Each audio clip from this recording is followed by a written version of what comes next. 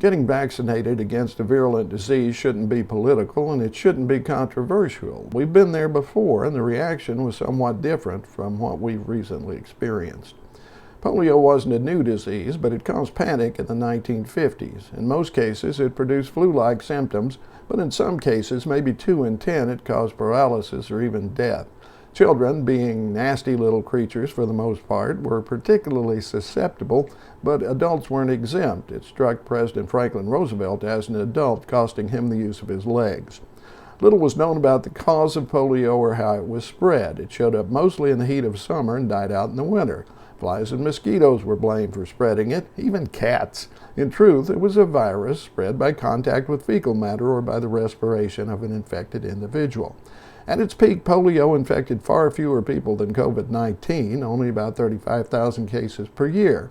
But the effects were dramatic, and we were often subjected to footage of kids confined to iron lungs on TV. The worst year was 1952, with 60,000 cases and 3,000 deaths. A movement to raise money for research on the disease was started and became known as the March of Dimes. And ladies dressed in their Sunday best would canvass neighborhoods asking for donations on a regular basis. Every cash register in every store became a collection site. Maybe this mobilization reminded folks of how they'd worked together for the public good during World War II, or maybe they just trusted medical science and each other more back then.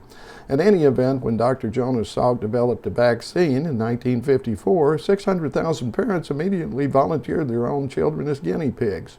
Once the vaccine was declared safe, almost everyone got the shots without complaint.